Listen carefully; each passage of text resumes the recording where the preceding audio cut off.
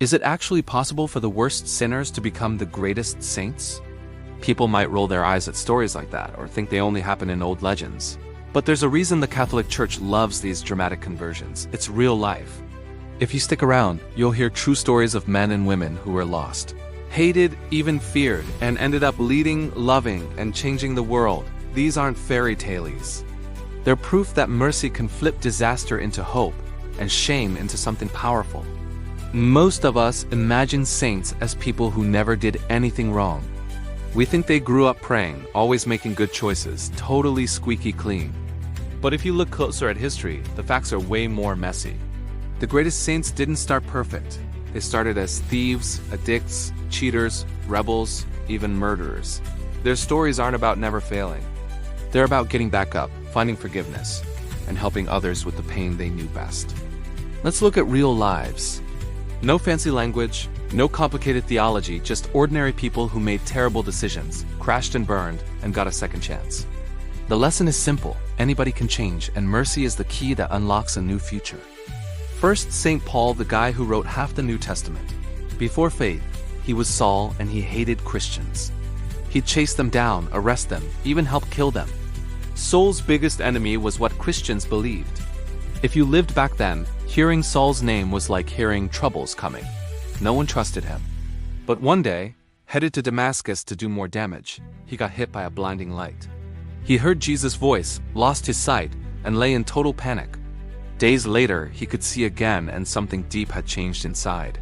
He flipped from destruction to building, spending the rest of his life risking beatings, shipwrecks, prison, and eventually death to spread hope. Paul's whole story is built on mercy. Nobody saw it coming, but God did. Now imagine St. Augustine. He's famous for always being honest about his failures. Raised with a praying mom, Monica, but he blew her off for years. He chased after pleasure, parties, gambling, had a child out of marriage, and mocked faith.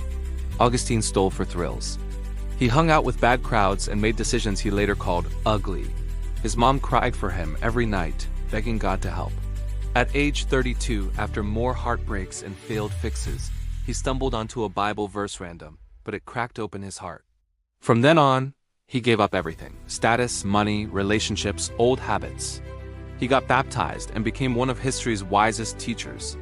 St. Augustine didn't hide his shame. He used it to show everyone that mercy isn't just possible, it's stronger than any sin. You think your mistakes are too big? Saint Mary of Egypt teaches the opposite. Mary was a runaway at age 12, selling herself for survival, living wild and chasing fun in Alexandria. She loved parties and did whatever she wanted until one day she tried to enter a church and felt an invisible wall stop her. Shocked, she begged for help, promised to change, and ran off into the desert with just 3 loaves of bread. She spent the next 47 years in prayer, struggle, and hidden service. By the time people found her, she was known for miracles and wisdom. Every Easter, her story is read to remind people that no one is too far gone. Jump to St. Ignatius of Loyola. As a young man, he was stubborn, got into fights, cared too much about reputation, and chased after military glory. A cannonball shattered his leg in battle and ended his plans. Stuck in bed, he read books about saints because there was nothing else to do. He started thinking, could his brokenness have meaning? He struggled through anger, pain, doubt, and little by little started trusting in mercy. After healing, Ignatius gave up all his dreams for power and started helping others find meaning. He founded the Jesuits, changed education forever, and impacted millions. Saint Camillus de Lellis had his whole life ruled by gambling. He lost everything, begged on the streets, and couldn't hold a job. Disease wrecked his body. Rejection destroyed his feelings. But every time he tried to change, he failed. One day, through desperately praying and the kindness of strangers, Camillus found himself in a hospital, helping sick patients. Slowly learning what mercy could do, he built a new life. He started an order to care for the dying and forgotten, a legacy still alive in hospitals today. Saint Olga of Kiev started as one of the cruelest queens in Russia. Her name struck fear. She hunted enemies, burned villages, and ruled with violence.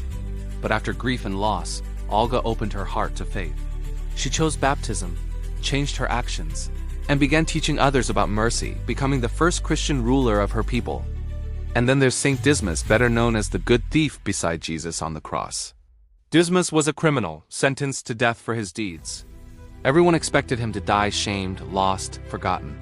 But as he hung on the cross, he turned to Jesus and asked for forgiveness. Jesus answered, "Today you'll be with me in paradise." All it took was one moment of trust. So what ties all these stories together? First, none of these people changed themselves alone. Mercy is a gift. The spark comes from asking for help, sometimes begging for it, sometimes stumbling onto it.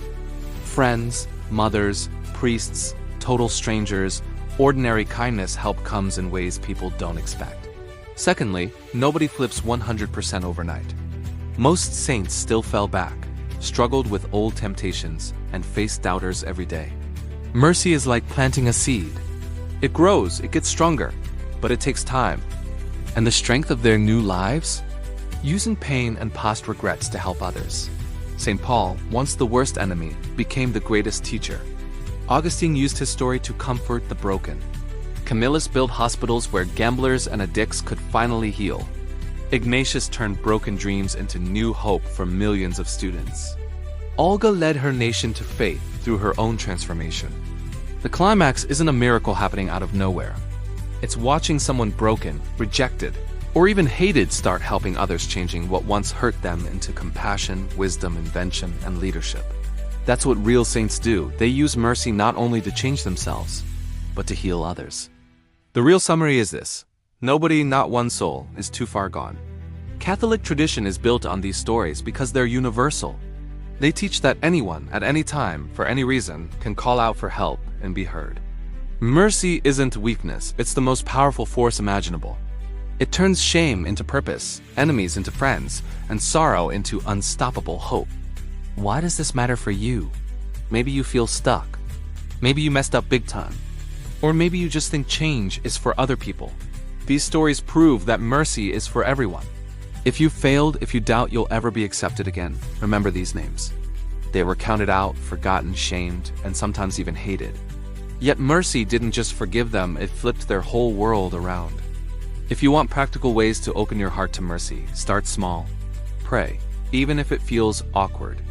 Ask someone you trust for help, even if it's scary. Let yourself feel regret not to get stuck there, but to move forward. Reach out to others, help someone who's struggling, even if you feel broken yourself. That's the road every saint had to walk. Let's say it as simply as possible. God's mercy changes lives. Not just in stories, but in daily reality. Whether through prayer, confession, kindness, or just finally deciding you'll try again. Even when you mess up 100 times, mercy will keep coming back until it wins.